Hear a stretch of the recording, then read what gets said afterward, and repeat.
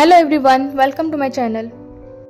आज मी तुम्हाला दाखवणार आहे राजगिराची खीर, जी लहानांपासून मोठ्यांपर्यंत सर्वांनाच फायदेशीर ठरते, कारण यामध्ये भरपूर प्रमाणात कॅल्शियम, फायबर आणि प्रोटीन आहे। चला तर मग रेसिपीला सुरुवात करूया। डीमार्टमधून मी असा भाजलेला राजगिरा रेडीमेड मागवते। आता मी लहान बाळाला देते म्हणून मी कमी साहित्य घेतले, जसं की मी भाजलेला राजगिरा, दूध आणि साखर घेतली। तुम्ही यामध्ये वेलची पूड ॲड करू शकता, ड्रायफ्रूटची पावडर ॲड करू शकता। एका टोपामध्ये मी अर्धा चमचा तूप घातलं, त्यामध्ये आता आपल्याला हे राजगिरा परतून घ्यायचे। राजगिरा ऑलरेडी भाजलेला आहे, पण त्याला तुपाचा एक फ्लेवर यावा त्यामुळे मी थोडीशी परतून घेते। एक 5 ते 10 सेकंदच फक्त आपल्याला परतून घ्यायचे।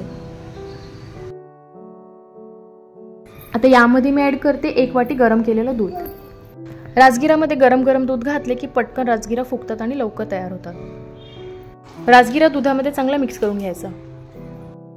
ज्यांना डायबिटीज आहे त्यांच्यासाठी सुद्धा राजगिरा खूप फायदेशीर आहे।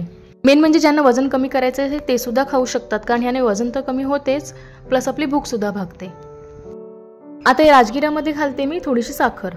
तुम्ही साखरेऐवजी गुळ वापरलात तरी चालेल। किट्टूला मी जवळजवळ 1 वर्ष होईपर्यंत अजिबातच साखर दिली नव्हती। 1 वर्ष पूर्ण झाल्यानंतर आता हळूहळू थोडीशी द्यायला लागली आहे, ते पण खूपच कमी प्रमाणात। थोडीशी उकळ आली की गॅस बंद करायचा आणि आपली राजगिरा खीर खाण्यासाठी तयार आहे।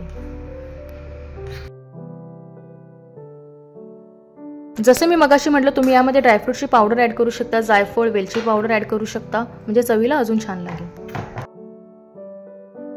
आता मी राजगिरा खीर एका बाउलमध्ये काढून घेते। अगदी साधी आणि झटपट होणारी रेसिपी आहे आणि बाळ सुद्धा आवडीने खाते, सो तुम्ही सुद्धा नक्की ट्राय करा। आता भेटूयात आपण नेक्स्ट व्हिडिओमध्ये। Bye bye and thanks for watching.